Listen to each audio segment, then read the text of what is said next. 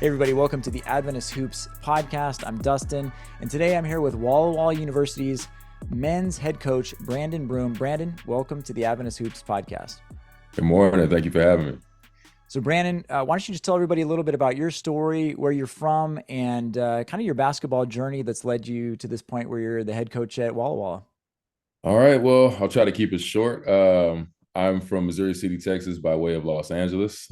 Spent most of my childhood in both places. Are you a Lakers fan? Absolutely, born and raised, pretty much the whole family. Yeah. Kings um, fan, unfortunately. So, well, understood. And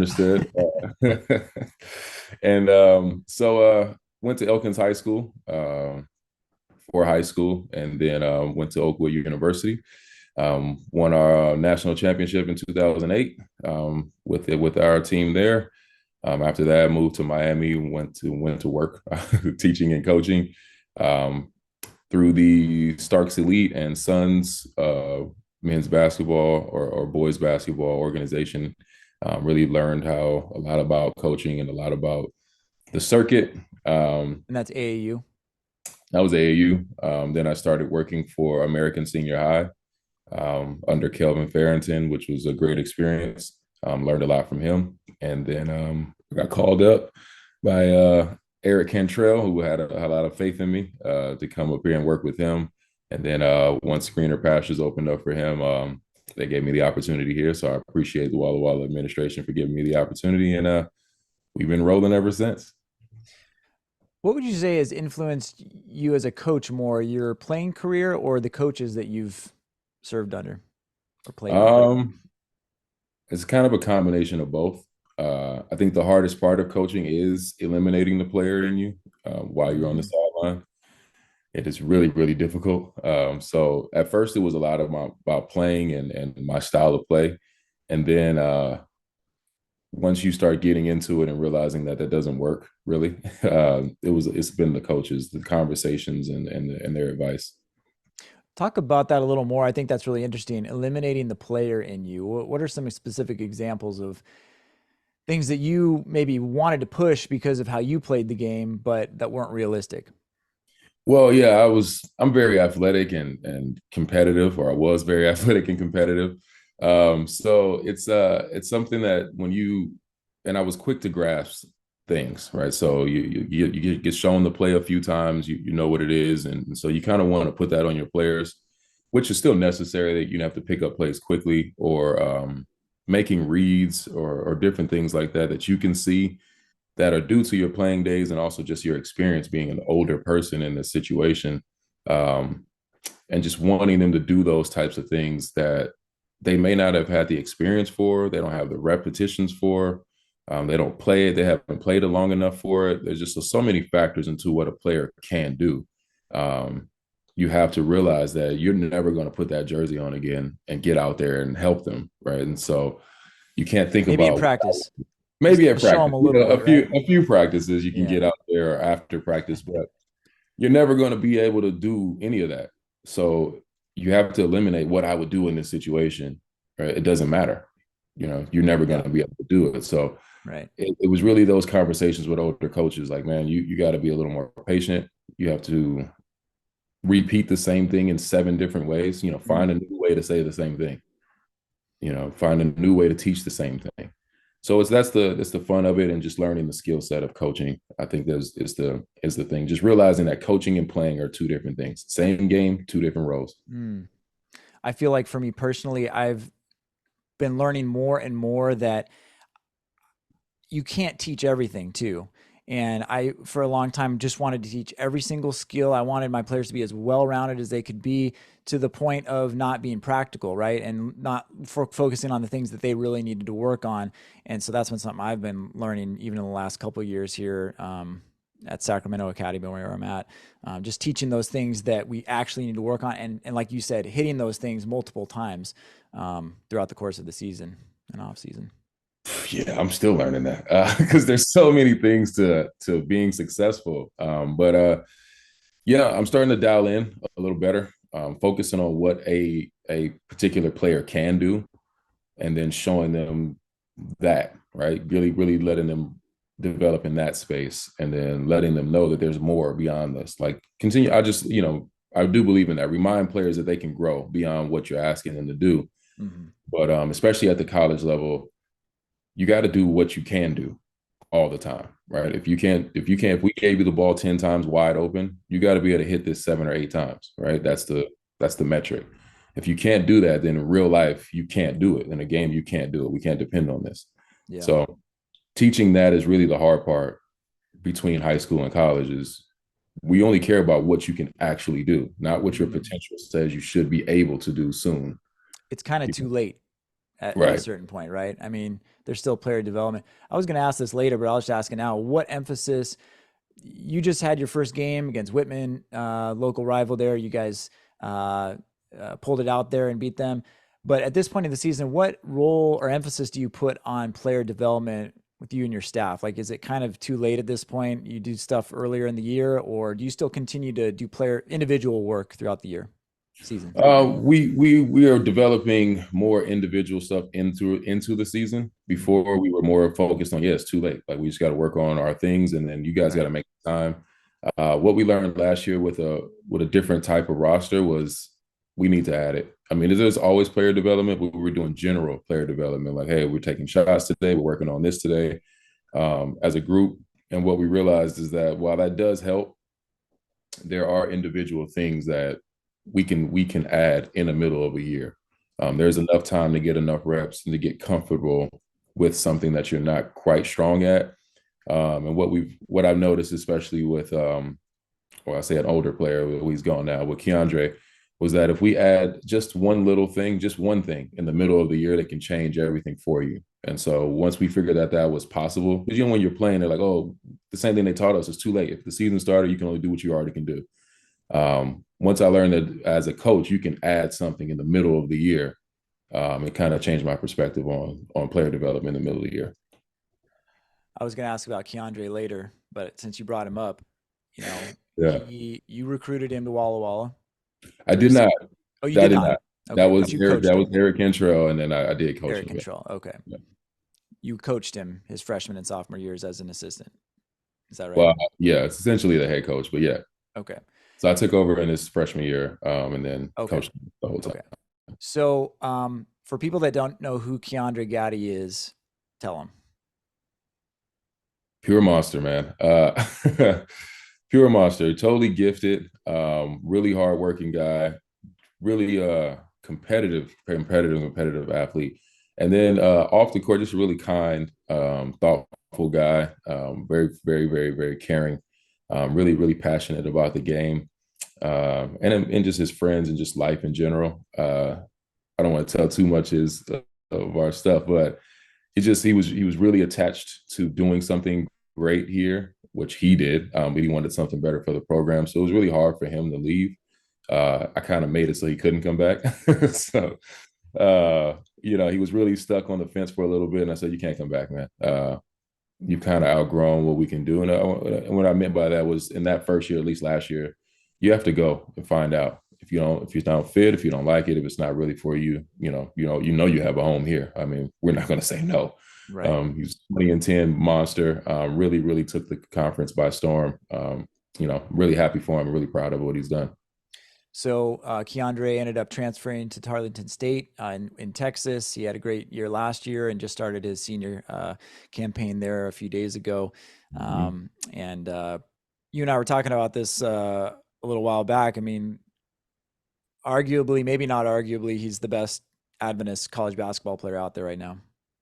I would think so. I mean, I think Michael Brown over there at YU is pretty good. I don't know every single athlete on every team. I just know the Adventist athletes that we were trying to get in contact with, or hoping that we could recruit. But I knew the regions were a little like, hey, it's gonna be hard to get a guy to move across country.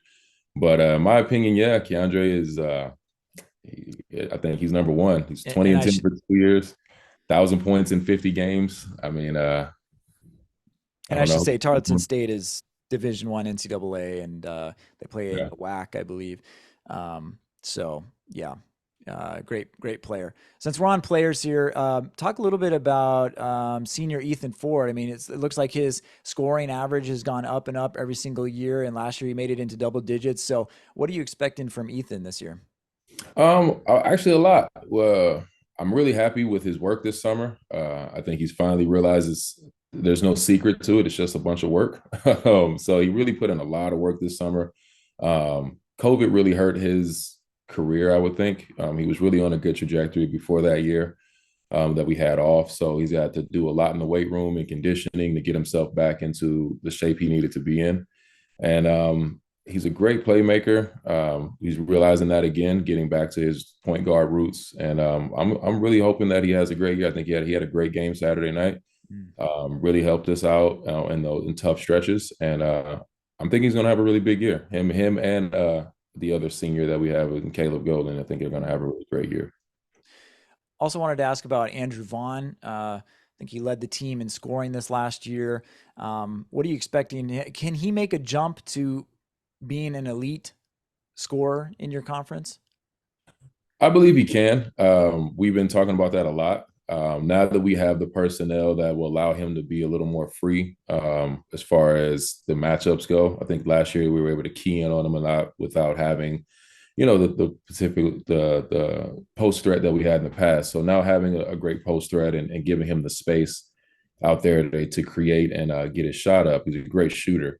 So I think he can make the jump into being a high level scorer and consistent scorer as well as we go.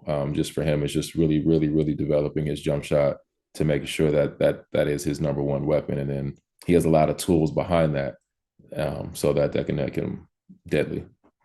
You talk about a post threat. Are you talking about a new player? I am talking about our new player. That might be 7 feet tall. He might be a little bit. He might be 7 feet. All right, we're talking about a freshman. He's freshman. Soren Dalen. What?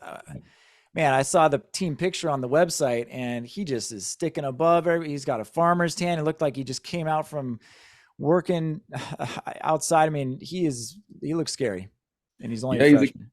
Yeah, man, true freshman, true 7-footer. Not a lot of listed. I was gonna ask. I didn't want to ask, but is he really 7 feet? Actual, factual 7 feet. And substantial too. Yes. Heavy kid, strong kid. And that's the part of it, really. He's not even as strong as he's supposed to be for college, right? He's just a naturally big guy. He's come from a big family. I met his dad. His dad is like 6'9", 6'10" too. So great guy, really, really goofy kid, funny guy. It was great to have in practice, but really works hard. Really love having him. It's great to have another post threat. It's great to have that for our offense and what we like to do defensively as well. Having that rim protector. So it's just now about telling him how aggressive he can be. I think for him, he's always been so much bigger. So he plays a way that still fits a high school game where now he's like, I can hit people a little harder. Like, yeah, man, you can sit on him. You can hit him. When you post up, he can feel you a little more. Yeah. So as he's learning that, I think over the next couple of years, it will be a problem for everybody else. You looks like you're building for the future too. I mean, you have some good, experienced leadership, some seniors, but you also have a handful of freshmen, including several that are from overseas. How have you managed to recruit this international talent? Well, I have a friend I grew up with in Houston named James Legan. We grew up together, and he's a professional out in Australia, and he has his own program that he brings a team over to the States. And so, speaking of one of those, would be Thomas Mestrov was a part of his program, and we spoke. He spoke highly of him, sent me a bunch of film on him, and I was asking about that. I was like, "What's up with this kid, number 14, man? Like, he's pretty good." And he was like, "Oh yeah, that's Thomas, man, and you would love having him." And we tried to get another student in the past. He just couldn't get here. That was one of the issues. So this time it worked out. We got to get Thomas, which is another great versatile player at 6'5". Jaden, we just found him through recruiting. Great kid, great guy that has some development to do, but he's going to be all right. And our other freshmen are also in that development phase, but I think they're going to be key factors in the future. So yeah, we were doing a better job Like I would say doing a better job of looking down the road and putting together a full team. So I think this year is probably our most complete team with, like you said, senior leadership, juniors, freshmen that mesh with everybody's skill set. So we're looking to have a pretty decent year and hopefully have a monster year next year with the gelling of this group. Now, you are Seventh day Adventist yourself. How do you recruit top players that may not be Adventist while still maintaining a distinctively Adventist program? It is challenging. Mostly because well, let me not say that. It's challenging in its own way due to, other factors that have nothing to do with being Adventist. But most of the time just being honest, tell them exactly what they're getting into. Really, really, really try to give them a view of our lifestyle here, what they can expect. And hopefully getting them on campus before they get here. A lot of times, they're far away, and especially now travel is a lot more expensive. So making sure we get them a visit, they can really see it, they can really feel it, and then hopefully we're accurate, and then they know what they're getting into and they adjust well. So for a lot of them, it's a culture shock. As much Christ-centered things that we do, so the worships and all the things, they're like, man, I didn't know we had to do this much church, which is kind of a conversation I have almost every year. But they're okay with it, and a lot. And then we also kind of I don't know how to do this, but profile, I guess is the word we use. Well, we go to academies, we look at other Christian academies, so things that are similar but not necessarily SDA. So they are kind of have already had an experience in that kind of environment. But other than that, like I said, just being really honest and direct about our lifestyle and what we expect, and letting them know that there are consequences if you can't live that way. What hurdles prevent us from signing more Adventist players? Um, And of course, I'm not talking about Walla Walla specifically. I'm talking about no, Adventist college basketball in general. I think it's changing, which I'm happy about. I wish it was more like this when we were playing, but it's just a development. Seeing that a lot of us are actual athletes, meaning athletes at heart. We want to do this. We care about it. It's something that it's okay to develop, because we know from the SDA perspective, competition isn't something that we do per se. And I think that the open mindedness of the current generation of leaders, given the portion of the community that exists, that we want to be athletes. That's where we have our gifts. That's where we're going to develop as individuals. And I think that more people are seeing that as a positive than a potential negative. So I think as we go, just continuing to develop, continuing to have things like this where we're starting to communicate with our community and our athletes, and letting them know that, hey, when we exist, we want you to be here, but there is a level of play that you have to be able to perform at, and it's still the same, right? There's, we're not always playing other Adventist schools, and not to knock us, but there's a big basketball world out there, and we have to be ready to play. And so it's just a development more than anything. They're just not ready to play, and so they play their lot, but sometimes you just don't have the skill level to be at this level. Along those lines, what advice do you have, for young players as they're potentially making that leap up to the college level? Work. I mean, it's all the same message. It's just not really too different. Work on your body, work on your conditioning, and work on your skills. Play a lot.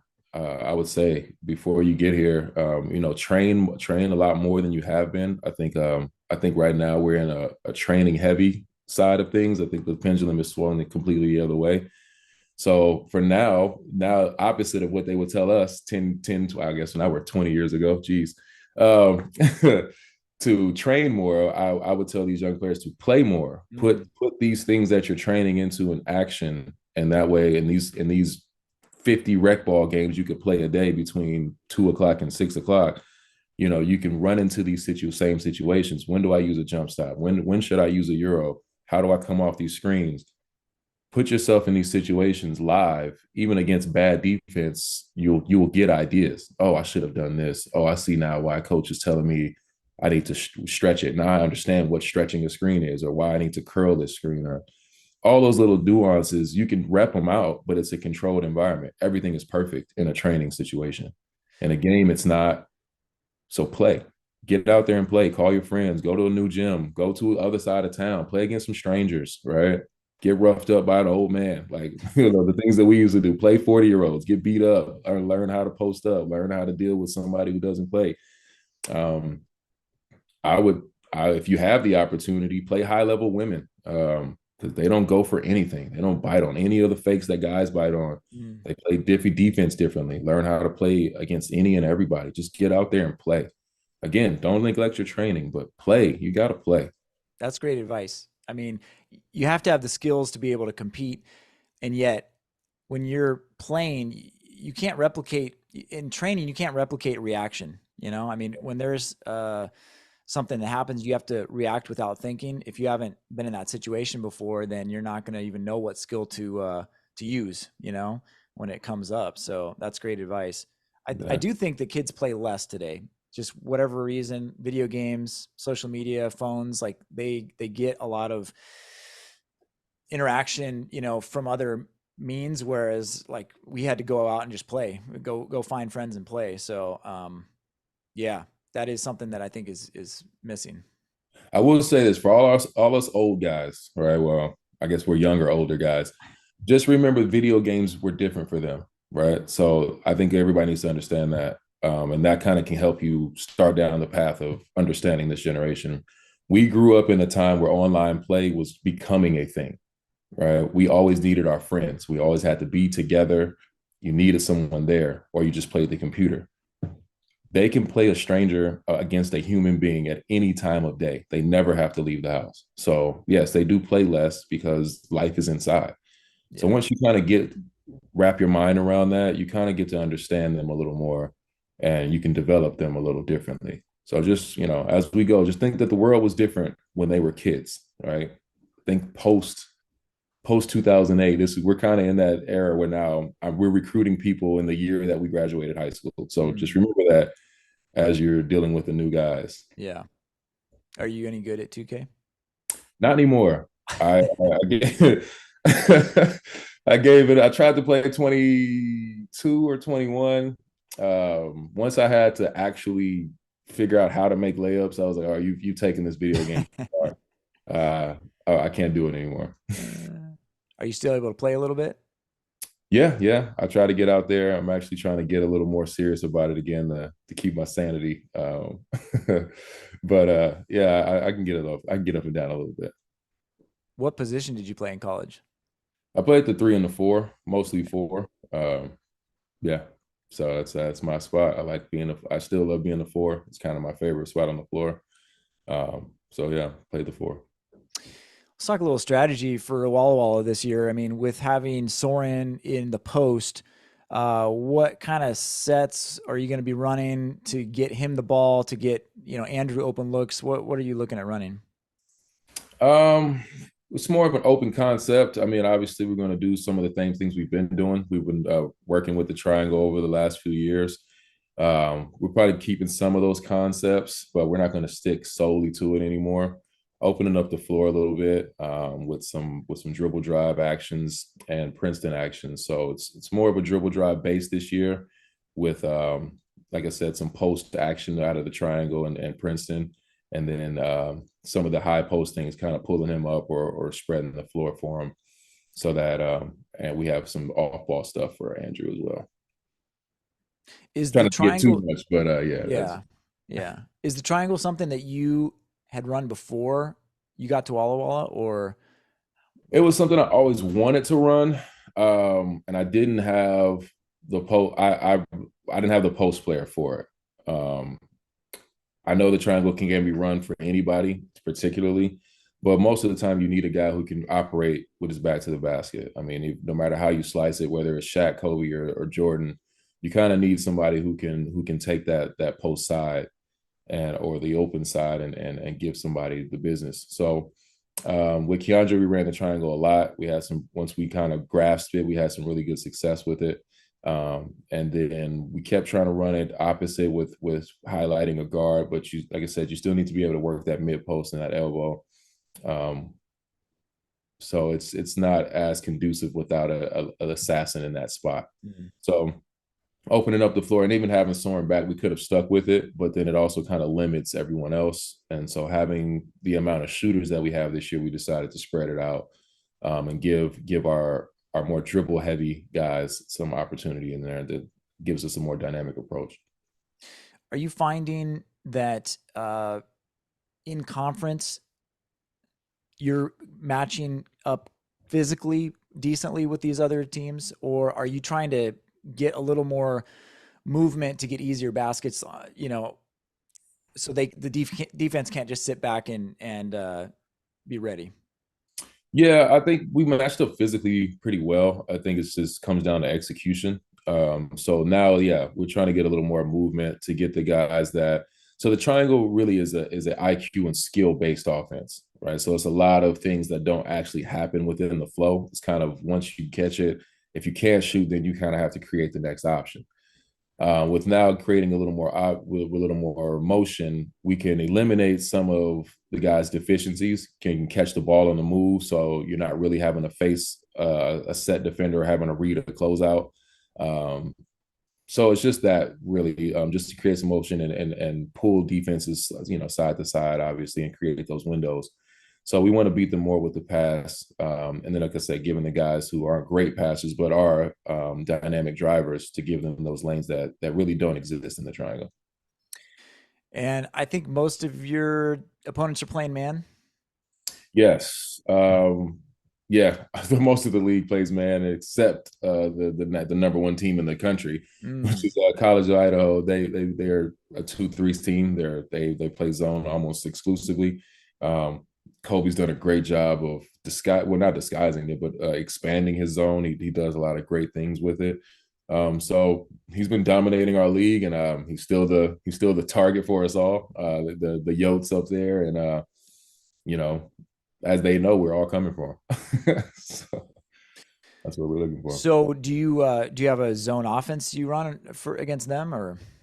Yeah, pretty much a basic zone. We have some sets for it. We have a great motion out of it. 1-3-1 kind of thing, and we go through the motion and then we run some sets through it. It's just you only see zone twice a year, so it's one of those things that kind of catch you up. Well, it doesn't catch you off guard, but you don't run it every day. You're not preparing for it all the time, so it's just one of those things. Now this year, we're like, hey, we need to start early, really working on our zone things and being prepared to be comfortable in that. And that's just one thing that comes back to haunt you every time you play them, is just that you only see zone twice, and sporadically here and there from other teams, just to kind of mix it up in the middle of a game to stop a run or to start a run or just change the momentum. So it's one of those All right. deals. Well, January 5, 2024, we're going to be watching. Oh What's it yeah, going to take to beat them? a lot. You have to take care of the ball. They're for a zone team, they're really good at creating turnovers. They rebound them. They rebound. You really have to either make shots or manufacture second chance shots, and you got to keep them off the glass. They are aggressive, with I think most of the time two, but two or three crashing, and they're relentless. And that's just how it is. They're relentless and they're disciplined. They don't come out of it. Rarely ever come out of that zone. And they're methodical. They're gonna run their stuff no matter what. They will take a quick shot on one play if they find the right guy, and they will take a shot with zero point 0.5 left on the clock in a possession, kind of deal. They will get what they want. So it's just you have to weather the storm mentally with them. You have to play the entire 40 minutes, and put together one of your best games to beat them. To be honest. All right. Well, we're going to be pulling for you on January 5 there in Idaho. Um, Looking at the schedule here, it made me remember my conversation with Tony Nakashima, the women's coach at Walla Walla, and he mentioned that they're never usually around for the academy basketball tournament. Are you guys there, or are you also gone normally? No, I think it's just a scheduling thing. So every year that tournament is scheduled while we're on the road. So unfortunately, we miss most of the friendship tournament. unless we have like Eastern Oregon, which is normally that trip, unless we're at Eastern Oregon down that first game. So we'll be there Thursday to see the first couple games, and then after that, we're gone for the weekend. So I think it's just how it works with the gym availability. Still only having one facility, it's just hard to make it all work. But we wish we were there. I know last year was a good one, and the year before that I heard was a really, really good one. And so I it's think you tough guys got to sometimes. figure out a way to so that you guys can stay there, just in Oh the yeah. interest of like recruiting Adventist players and making sure they have looks, from the college. Yeah, absolutely. It's something we've been working on. It's something we've been talking to. Admin is very, very open to it, and so is MES, because that's not our tournament, so it's a school thing. So they've been really, really open to it and just trying to figure out the scheduling. Because the hardest part is, these are high school players. They've already missed 3 days of school coming because they travel Wednesday, they play Thursday, Friday, Saturday, and they're trying to leave on Sunday. So kind of adding us in with our actual conference games, because we'd have to have them. It would kind of push their tournament to a late Sunday, and then you're coming home Monday. Yeah. So that ends up being 3 or 4 days of school, which is hard. It's a hard sell to all the academies for sure, just to have us there. So, but there's been a lot of talks and a lot of different ideas. So it's just, once they iron out the logistics, I'm hoping in the next couple of years we can be there and all be there and enjoy it. It's not a huge deal, but I just think that a lot of our Adventist players maybe get looked over, at some of these tournaments where uh, they could be getting some looks from our colleges. It'd be nice if we were able to actually have multiple colleges go. I know that's kind of a touchy thing, but having multiple college coaches at one place at one tournament. I think someone said that Southwestern invites any college coach to come, which is gracious of them. But I've never been to that tournament. Have you? I guess you were in Texas, right? Did you go to that one? I grew up in Texas. I guess I went to public school by the No, that's time right. I went to public school for high school. So back then I didn't know much about it. I would hear about it and I was like, oh, okay, but kind of the same thing where you kind of disregarded your own thing. I was at an academy before that. So I was like, well, what academies are going there? I don't, what is this tournament about? Like, I didn't know Yeah. anything. And that was back when, again, you didn't know much about the other academies. I only knew about Pine Forge. I didn't know about Tacoma growing up. I didn't know about Ozark and all the other academies. I didn't know Sacramento. I mean, I grew up in California. I didn't even know Sacramento Academy existed growing up there. I went to LA Academy. So all of those things that have grown over the last 20 years have been great. So I think that, yeah, I would love to be at a lot of these tournaments. And I know there are a lot of people trying to put these things together, such as yourself and um, SWAU doing their thing and inviting us out. So it's just as we grow all of our programs and getting the budgets together so that we can travel and be present and really get our athletes in our schools. I think that would be great because at the end of the day, we put out great athletes. We always have, and it'd be nice to have them at our schools, especially I think what is it, 5 or 6 of us now? 5 out of the 8 schools in the country are now, I believe, are in the NAIA. So Yes, 5 out of 8. There's 9 Adventist schools if you count Southern, which doesn't have an athletic program. But yes, 5. Walla Walla, La Sierra, PUC, Oakwood, and WAU are all NAIA. So you're right. Really, So it'd be great. It'd be lovely to have, each one of us, half of our roster, at least, yeah. Adventist kids. That's exactly what we want, right? What you said just now is so true, and it's kind of one of the reasons that I even started Adventist Hoops. We have some really great players. We have some really great athletes, and we have some great teams that have accomplished a lot of great things, and just wanted people to know about that.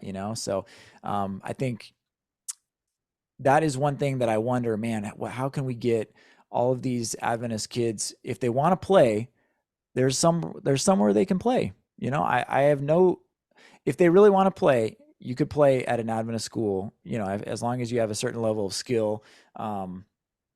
But people just don't know that these schools exist, or these schools don't know that the kids exist. So trying to, spread the word both directions. That's what I'm trying to do. I appreciate it. That's why when you reached out, I was like, yeah, of course. We do need to get connected. I mean, it's something that needs to happen. Because most of us don't know until we get to college. Like when you got to PUC Yeah. or when I got to Oakwood, Yeah. like, all these dudes are Adventists, like most of them, and they can play like this. Where'd you go to school? Where have you been? You Did you know, guys ever have the conversations like, hey, should we have just a BYU Adventist University where we just get it's an all-star team of Adventist players and we just form like a mega team? Because we always used to have those conversations like, hey, what if we got these few guys from La Sierra, these guys from Oakwood, these guys from Walla Walla, everybody, and we just have one team. Like what level could we compete?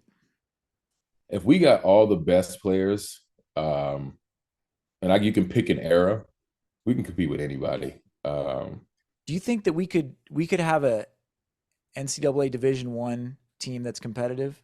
Easily, easily. That's not even. I mean, minimum mid major Can easily. we create an online school and have all these guys go to the Adventist online school and then field a NCAA Division One team? I think I did. I mean, think about. I mean, like I said, in our championship year, we had our collection of guys. We beat Alabama A&M for the first time, right?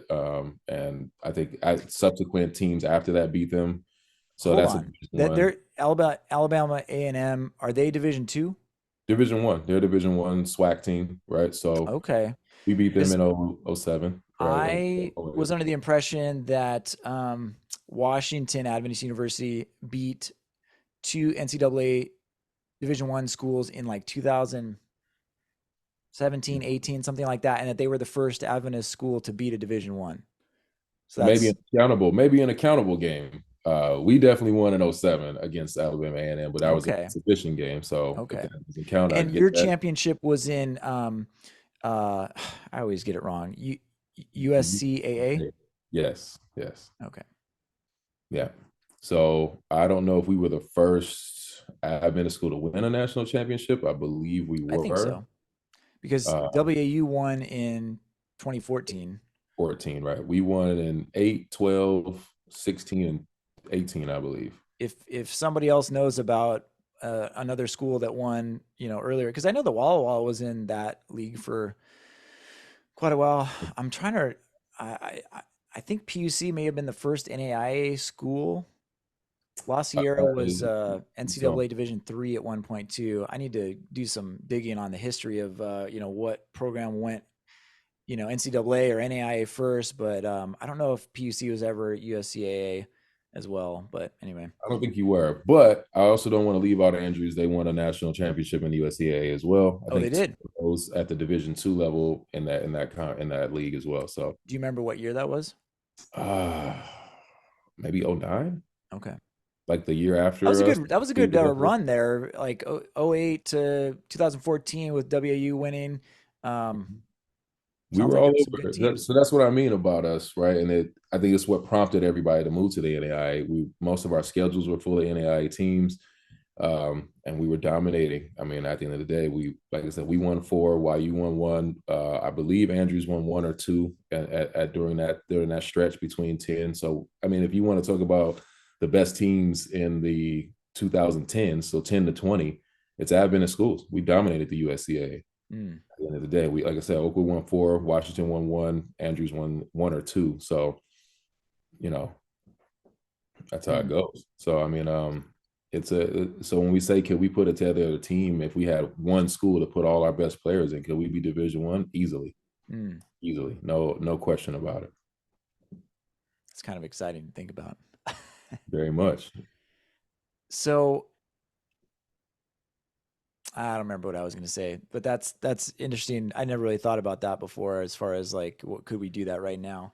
But anyway, well, hey, Brandon, I really appreciate your time and for jumping on the podcast here. It's good to get to know you a little bit, and if anyone is interested in playing college basketball in Washington State, here's a guy that you can talk to, and he can tell you what it's like. And yeah, make sure to reach out, and would love to see more of our players playing at our school. So Brandon is a great coach to play for. Yeah, I hope so. You can ask the guys. But so yeah, reach out to us on our recruit me page. It's uwolves.com. It's our athletics page. Or you can email me directly at brandon.broome@wallawalla.edu. Look forward to seeing your tapes. And that's Broome with an E on the end. That is Broome, like sleeping with an E at the end. Man, I feel like I was going to ask something else about the national championship teams, but can't remember. We'll have to save it for the next one that we do. Right. So, Brandon, thank you so much, and best of luck throughout the rest of the season. We're rooting for you, and thanks for everything that you do for Adventist basketball. I appreciate you. Thanks for having me, Dustin. Have a good one.